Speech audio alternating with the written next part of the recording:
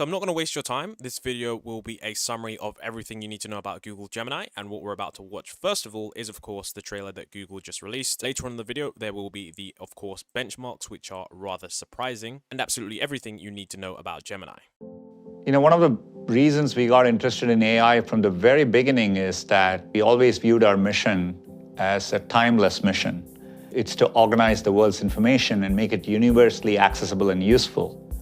But as information has grown in scale and complexity, the problem has gotten harder. So we always knew we needed to have a deeper breakthrough to make progress.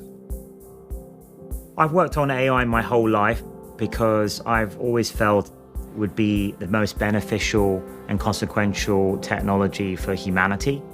Human beings in our society would have 5 senses, and the world we built and the media we consume is in those different modalities. So I'm super proud and excited to announce the launch of the Gemini era, a first step towards a truly universal AI model. The Gemini approach to multimodality is all the kinds of things you want an artificial intelligence system to be able to do. And these are capabilities that haven't really existed in computers before. Traditionally, multimodal models are created by stitching together text-only, vision-only, and audio-only models in a suboptimal way at a secondary stage.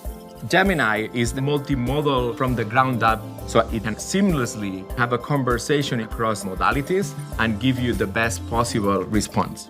Gemini is our largest and most capable model. It means that Gemini can understand the world around us in the way that we do and absorb any type of input and output. So not just text like most models, but also code, audio, image, and video.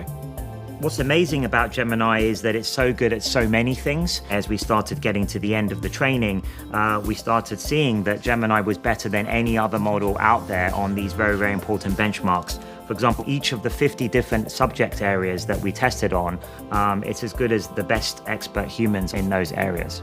It's very rare that you can work on a technology at a foundational level and it simultaneously can impact all our products. We created a family of models that can run on everything from mobile devices to data centers, each of which is actually best in class. Gemini will be available in 3 sizes. Gemini Ultra, our most capable and largest model for highly complex tasks. Gemini Pro, our best performing model for a broad range of tasks. And Gemini Nano, our most efficient model for on-device tasks.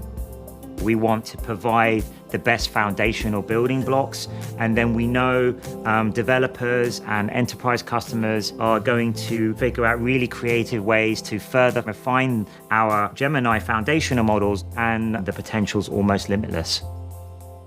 So at Google, there's this healthy disregard for the impossible, and that has oriented us to be both bold and responsible together. As these systems become more capable, all of those capabilities also raise new questions. We have to think about what it means to have an image be a part of, for example, the input. Because an image might be innocuous on its own, or text might be innocuous on its own, but the combination could be offensive or hurtful. Safety and responsibility has to be built in from the beginning. And at Google DeepMind, that's what we've done with Gemini. We develop proactive policies and adapt those to the unique considerations of multimodal capabilities.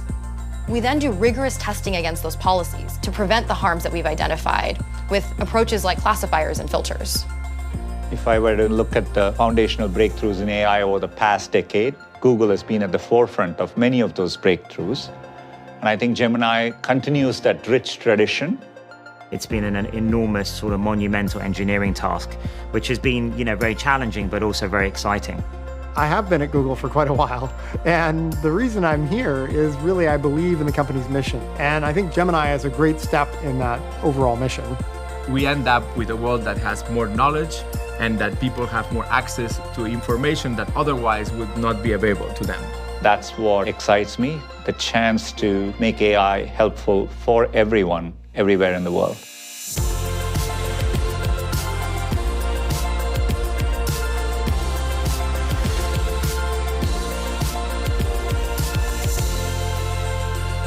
So now what you're about to see is Google's multimodal capabilities. One of the things that Google has talked about previously was exactly how Gemini would be focused mainly on multimodal stuff, and that they would increase the capabilities of the multimodality. This example that you're about to watch clearly demonstrates how advanced Google Gemini's multimodal capabilities truly are.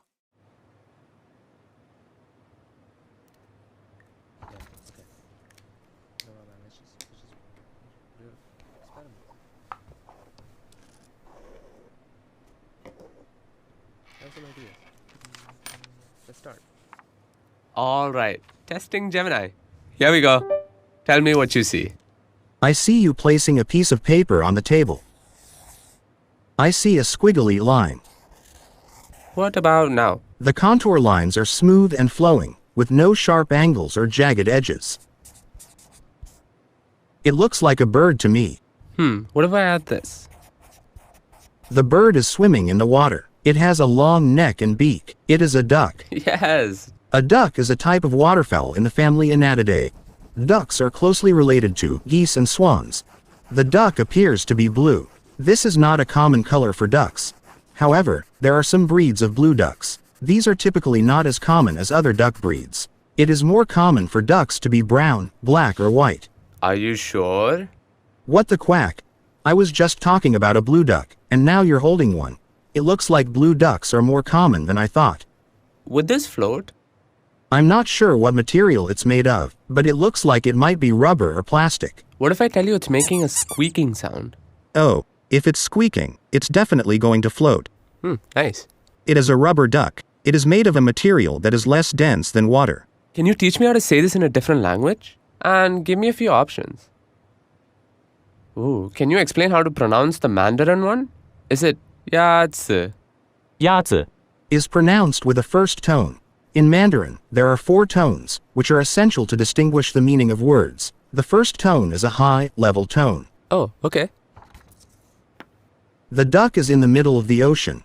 There is no land nearby for the duck to rest or find food. It is unlikely to find ducks here naturally. Okay, based on what you see, come up with a game idea. Oh, and use emojis, please. How about this? We can play a game called Guess the Country. Sure, let's do it. Clue 1. This country is the home of the kangaroo, the koala, and the Great Barrier Reef. Oh, that's easy. Clue 2. This country loves football and has won the most men's World Cups in football history. You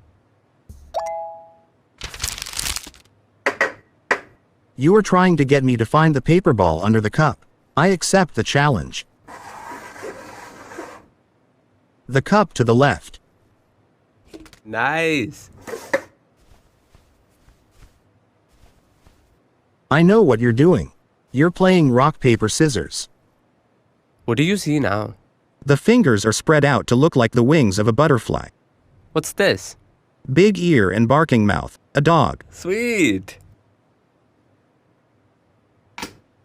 The coin should be under the right hand. I don't know. The coin is in the left hand using a sleight of hand technique to make it appear as if the coin has disappeared. Both objects are round and flat. There you go. Both are food. The orange is a healthier choice than the cookie. Citrus can be calming, and so can the spin of the fidget toy. They are both examples of popular toys that have been enjoyed by children and adults alike for many years. Give me some ideas for what I could make with this. I see pink and green yarn. How about a dragon fruit? Or how about a green cake with a pink heart? Okay, how about these colors? And maybe show me some animals. Okay, now I see blue and pink yarn. How about a pig with blue ears? Or an octopus? Or a bunny with a pink nose? Ooh, I'll keep those in mind. Which way should the duck go? Going left leads to a duck, which is a friend. Going right leads to a bear, which is a foe. It is better to make friends than foes, so the duck should go left. Smart choice. This is a picture of a crab. That's right. Is this the right order? No, the correct order is Sun, Earth, Saturn. Based on their design, which of these would go faster?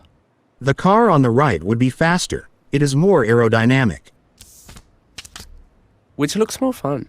The one on the right, because it has a loop. What do you think this person might be saying? How about a woohoo? Ooh, I love that.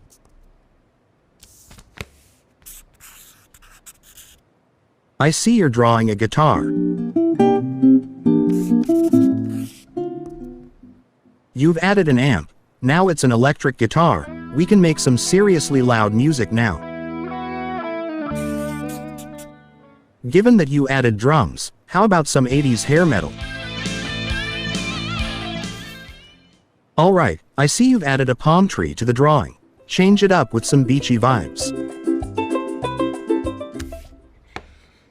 What movie are they acting out here? I think they are acting out the famous bullet time scene from The Matrix. Ooh, nice. What do you think might happen next? The cat is going to jump to the wall and stick the landing. It's going to be a perfect 10. Oh, and it's a miss. It looks like it was just a little too far away. But don't worry, the cat is a natural athlete and it will be back up there in no time.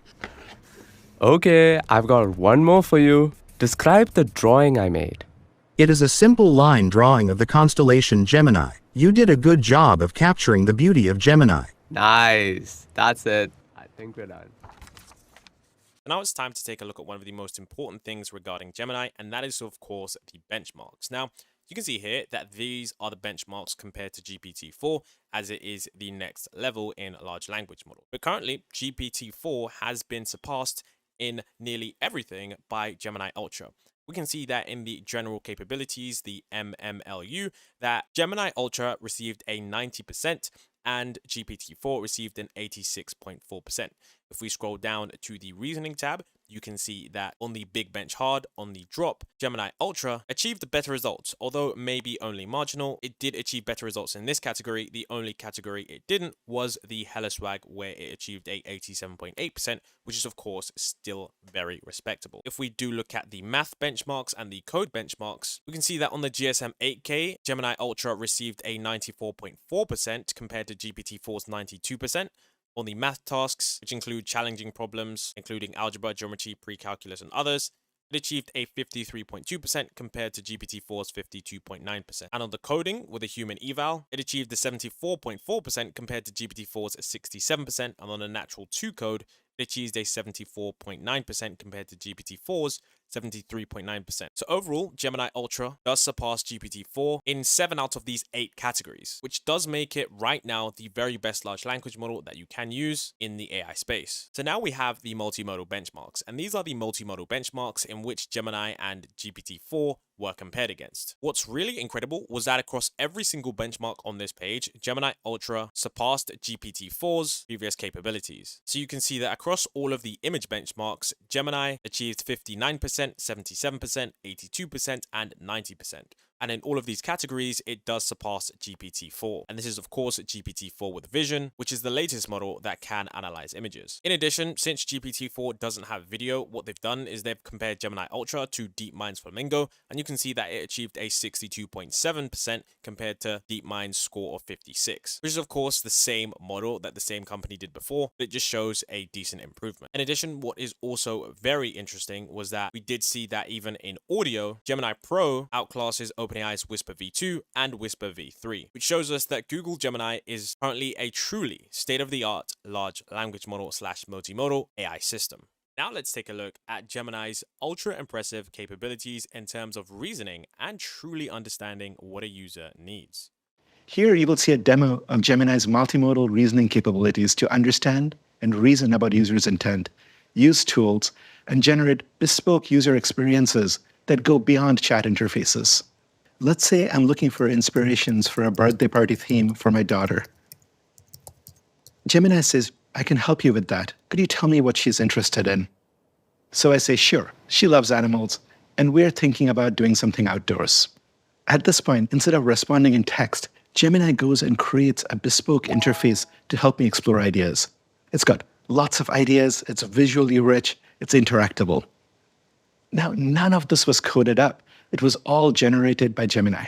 Gemini uses a series of reasoning steps, going from broad decisions to increasingly high resolution of reasoning, finally getting to code and data. First, Gemini considers, does it even need an UI? Is a text prompt best? Okay, this is a complex request that needs lots of information to be presented in an organized way. Gemini then tries to understand if it knows enough to help. There is a lot of ambiguity. I didn't say what my daughter's interests are or what kind of a party I wanted, so it had asked a clarifying question. When I said, we're thinking about an outdoor party and my daughter loves animals, Gemini reasoned it had enough information to proceed. But it made a note that there was still ambiguity about what kind of animals, and this is important, and what kind of outdoor party. Next is a critical step. Gemini writes the product requirement document, or PRD. It contains the plan for the kinds of functionality the experience will have. For instance, it should show different possible party themes, some activities, and food options for them. Now, based on this PRD, Gemini tries to design the best experience for the user's journey. It thinks that the user will like to explore a list of options, but will also want to delve into details. It uses this to design a list and detailed layout that we saw earlier. With this design, it writes the Flutter code to compose the interface out of widgets and write any functionality needed. Finally, it generates and retrieves the data needed to render the experience. You can see it filling in content and images for the different sections. Farm animals. She would like that. Clicking on the interface regenerates the data to be rendered by the code it wrote. Ooh, I know she likes cupcakes. I can now click on anything in the interface and ask it for more information. I could say, step-by-step instructions on how to bake this. And it starts to generate a new UI. This time, it designs an UI best suited for giving me step-by-step instructions. I want to find some suitable cake toppers for this. Show me some farm animal cake toppers. At this point, Gemini again decides to create a visually rich experience. It generates a gallery of images. Notice the drop-downs at the top. It decided that maybe it should help me explore by showing different options. Sheep sounds interesting. I know she likes that. And now it helps me pick sheep cake toppers. These look great. This is going to be a fun birthday party. I hope you saw a glimpse of what Gemini is capable of. I'm really excited about what's possible here. This is such an interesting time in AI, and I'm excited to be part of this. Now let's take a look at Gemini's ultra multimodal capabilities in terms of helping someone with their homework. As a parent, you may have to help your kid with their homework. I've certainly had to. Here's where Gemini can help. For this demo, we've created a simple interface, and with some clever prompting under the hood, we can really leverage Gemini's math, reasoning, and multimodal capabilities to learn a subject like physics. With Gemini, you can upload a photo of handwritten answers on a worksheet. Not only can Gemini solve these problems, but this is the amazing part. It can read the answers and understand what was right and what was wrong, and explain the concepts that need more clarification. So Gemini identified some mistakes with problems 1 and 3 here. Let's take a look at 3. Here, Gemini identifies that the formula was correct, but there was a mistake in calculating height. We can ask Gemini to explain in more details why the height is 50 meters instead of 6.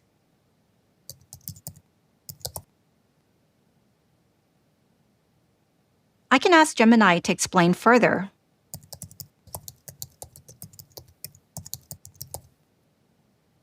Here, Gemini explains the step-by-step details to solving the problem.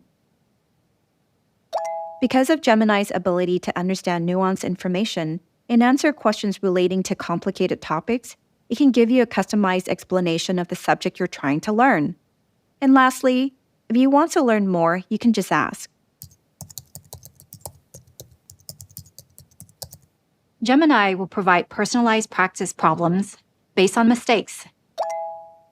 Here I have a similar problem where I have to figure out the cat's speed, where the height of the ramp is double. Oh yeah, I knew that. Now let's take a look at how Gemini finds and extracts data from scientific research papers. A common problem scientists face is the need to find and use data extracted from the scientific literature. This is difficult because scientists need to search among thousands of scientific papers for key information and extract them by hand. It's a very common workflow and very time-consuming. In fact, some of our scientists at Google DeepMind face this very problem. They use Gemini to help with it because Gemini has an incredible understanding of science. Taylor will explain more. So we were looking at this study from 2022. The authors had created a dataset by reviewing tens of thousands of scientific papers in genetics. They found a few hundred papers that contained the relevant information, extracted it by hand, and collected it in a table. Studies like this can take a lot of time. We needed to update this dataset with what's new over the last couple of years. But that's over 200,000 new open access papers added to this domain since 2021. We couldn't do this manually, so we asked Gemini to help us out. First, we needed to filter for relevant scientific papers. We wrote a prompt, just like this one, telling Gemini exactly what to look for.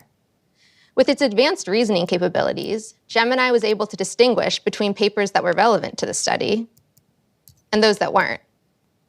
For the relevant papers, we wrote a similar prompt, asking Gemini to read the paper and extract the key data for us. We could even ask Gemini to add annotations. This showed us exactly where in the paper Gemini found the information. We ran this at scale. And over a lunch break, Gemini read 200,000 papers for us, filtered it down to 250, and extracted their data. So now we have a refreshed version of this data set. But because Gemini is multimodal, not only can it reason about information from text, it can also reason about figures. So let me show you something really neat. With our refreshed data set, we can now ask Gemini to update a graph from the original study. We first gave Gemini a screenshot of this figure. Then we asked it to generate the code required to plot it. And by feeding this code our new data set, we get our updated figure. You can see that this figure now includes data up until 2023. So Taylor used Gemini to search a large corpus of literature for relevant papers and extract key information from these papers, as well as update figures. Of course, these capabilities can help more than just biologists or even scientists. They extend naturally to any domain that is reliant on large datasets, such as law or finance. So that's what Gemini can make possible, and we are excited to see what you will create with Gemini.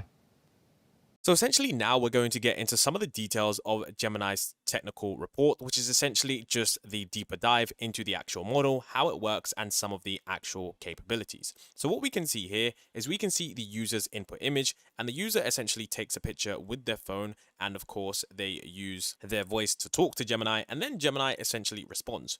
What this person is trying to do here, they are essentially trying to make an omelette. So they took a picture of the omelette. You can see that the model responds, crack the eggs into a bowl and whisk them. Then of course, the person then goes and says, "Thank you for the instructions. I started making my omelette. Does it look ready now? It looks like it's almost ready. You can flip it over."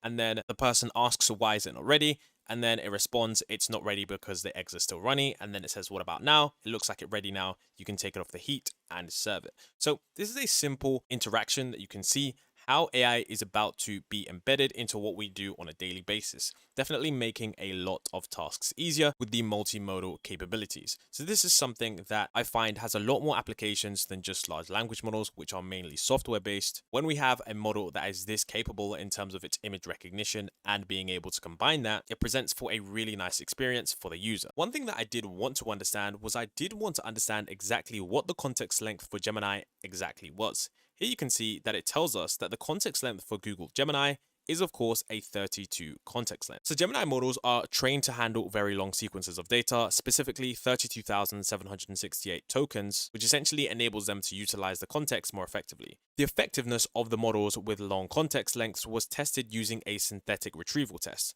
This involves placing a key value pairs at the beginning of a long string of text, then checking if the model can accurately retrieve the value when given the key, even with a lot of intervening text. Now, what was also incredible about this was that it showed the correct value with 98% accuracy when queried across the full context length. Now, as the sequence position increases, meaning as you go further into the text, the NLL decreases, indicating that the model can effectively use the context information throughout the entire length of the text up to the full 32K token length. So in essence, this section is highlighting the model's advanced capability to handle and retrieve information from very long text, which is a significant improvement over models that could only handle much shorter text. Now here we have some more stuff on reasoning and code generation.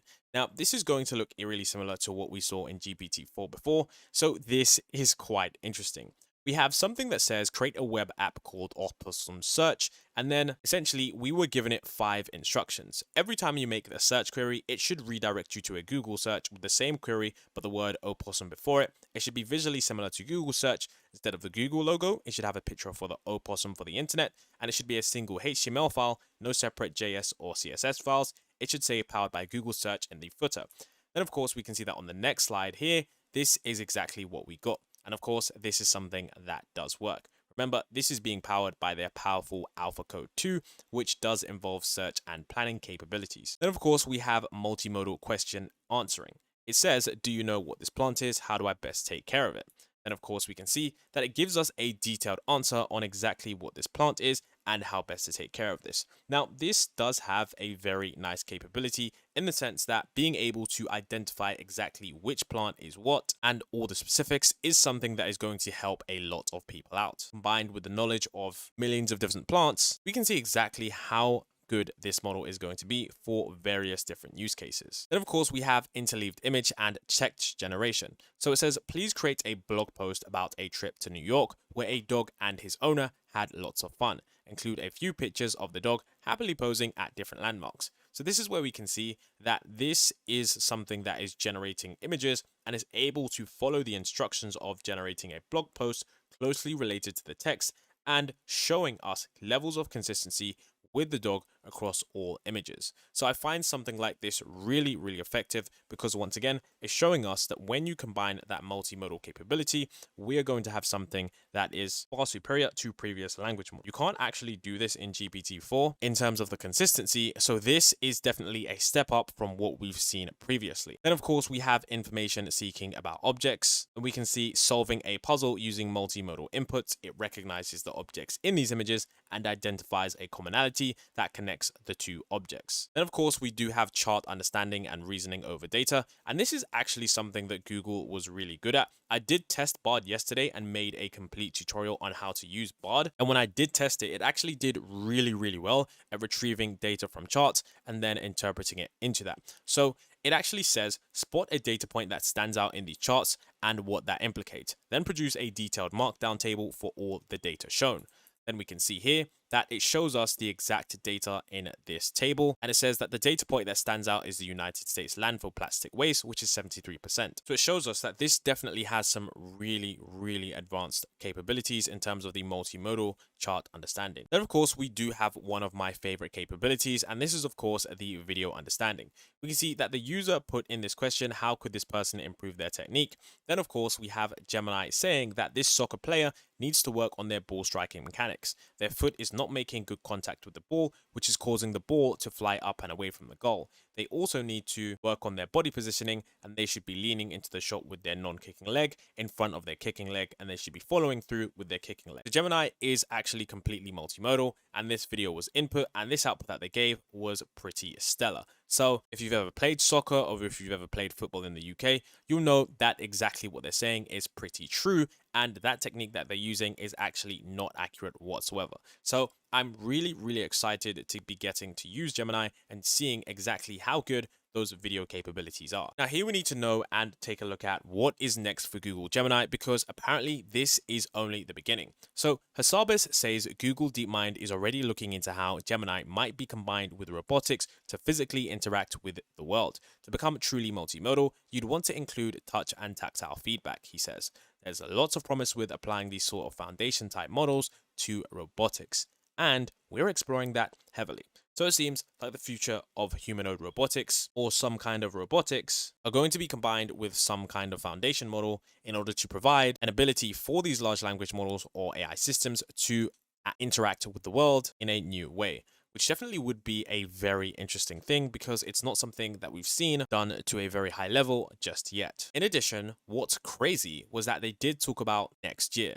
So this is an article from The Wired that I'll leave a link to in the description. And essentially the article reads, For AI agents to work dependably, the algorithms powering them need to be a lot smarter. OpenAI is working on a project dubbed QStar that is designed to improve the reasoning capabilities of AI models, perhaps using reinforcement learning, the technique at the heart of AlphaGo. Asabis says his company is doing research along similar lines, which is something that we did talk about 6 months ago, where Asabis actually did state that they are focusing on searching and planning. He additionally goes on to state that we have some of the world's best reinforcement learning experts who invented some of this stuff. And then it goes on to state advances from AlphaGo are hoped to help improve planning and reasoning in future models like the one today.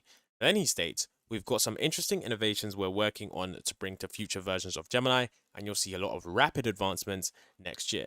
Now, I really want to break this statement down because you can miss some of these key statements if you don't look into the words that he used. He said we've got interesting innovations and rapid advancements. So that's two key things. Number one is the innovations part. Now, innovations is a key word because he didn't say that we're going to make these models better. What he said is we're going to be doing innovations. And what that means is that we're likely to see something new and likely something that we've never seen before, which essentially makes next year a really fascinating year for anyone in AI because we're going to see a lot of different models and a lot of new techniques that we've never seen before. You have to remember what they've done with AlphaGo and previous models to truly understand the capabilities of Google DeepMind. And them also saying that you'll see a rapid advancements next year shows us that we definitely are in for a crazy 2024.